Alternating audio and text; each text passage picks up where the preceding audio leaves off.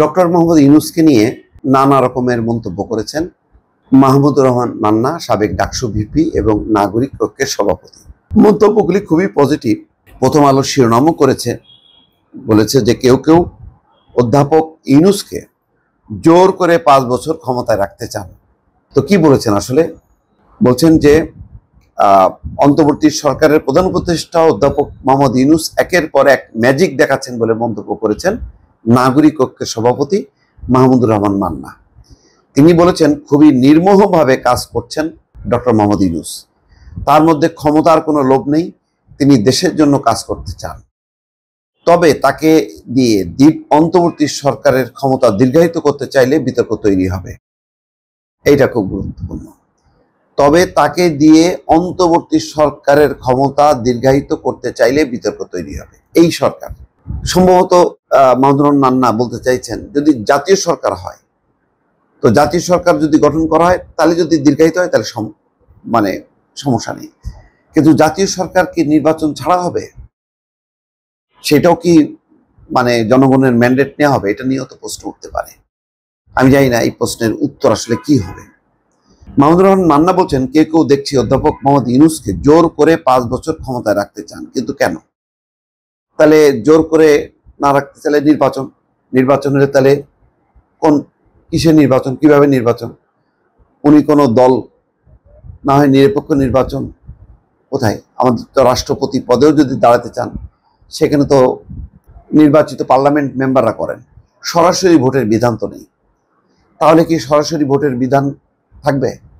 এটা কিন্তু একটা খুব গুরুত্বপূর্ণ প্রশ্ন। জানি না কি হতে যাচ্ছে আগামীতে, এরকম কোনো বিধান আসছে কিনা যে রাষ্ট্রপতি পদে সরাসরি নির্বাচন। এটা হইলে এটা মোটামুটি পরিষ্কার যে ডক্টর মোহাম্মদ ইউনূসকে কেউ ঠেকাইতে পারবে না, উনি বিপুল ভোটে নির্বাচিত হবেন। তাহলে নির্বাচিত রাষ্ট্রপতি সাথে নির্বাচিত পার্লামেন্টের কি সম্পর্ক হবে? আমি এটা বুঝতে পারছি না। দর্শক, আপনারা মতামত দিয়েন। তাহলে কি পার্লামেন্ট দুর্বল হয়ে যাবে, রাষ্ট্রপতি শক্তিশালী হবে? কি হবে? অনেকগুলো এটা রাষ্ট্রের সাংবিধানিক শাসনতান্ত্রিক প্রশ্ন, এগুলোর মীমাংসা দ্রুত হওয়া উচিত। মাহমুদুর রহমান মান্না বলছেন, ডক্টর ইউনূস তার সব কাজেই ম্যাজিক দেখাচ্ছেন। তা না হলে রোজার মধ্যে দ্রব্য মূল্য বাড়ার পরিবর্তে কমে কিভাবে? ঈদ যাত্রা এত সুন্দর হয় কি করে? রোজার মধ্যেও বিদ্যুতের এত সুন্দর ব্যবস্থাপনা হয় কিভাবে? এই জন্য বলি, ডক্টর ইউনূসকে আমাদের সবার সহযোগিতা করা উচিত।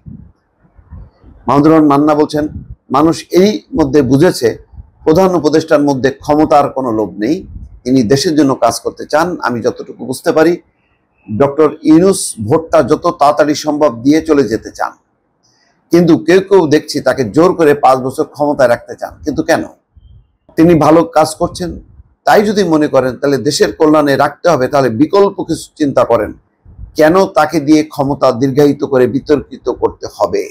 নির্বাচনের ইঙ্গিত দিলেন তিনি।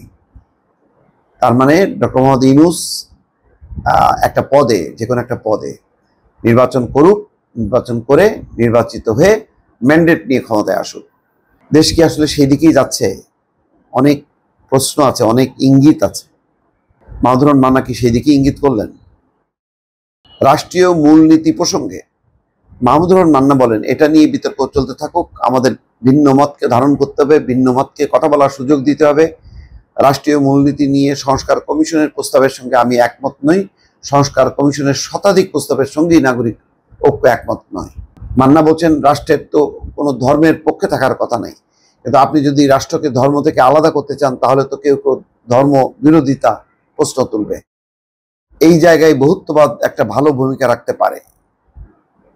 তবে অনেকেই আছেন যারা রাষ্ট্রীয় মূলনীতি সমাজতন্ত্র রক্ষার পক্ষে। আমি এই পক্ষে নই। আমার দলের লক্ষ্য সমাজতন্ত্র এখন আমাদের লক্ষ্য নয়। রাশিয়া সহ বিভিন্ন দেশে সমাজতন্ত্রের ধস নামার পর মনে হয় রাষ্ট্রীয় মূলনীতিতে সমাজতন্ত্রের প্রয়োজন নেই। গণশক্তি সভাপতি সাদেক রহমান এই অনুষ্ঠান সঞ্চালনা করেন। যাক, গুরুত্বপূর্ণ ইঙ্গিত কিন্তু দিয়ে গেলেন মাহমুদুর রহমান মান্না। এটা নিয়েও একটা আলোচনা হইতে পারে। দর্শক, ভালো থাকবেন। আল্লাহ হাফেজ।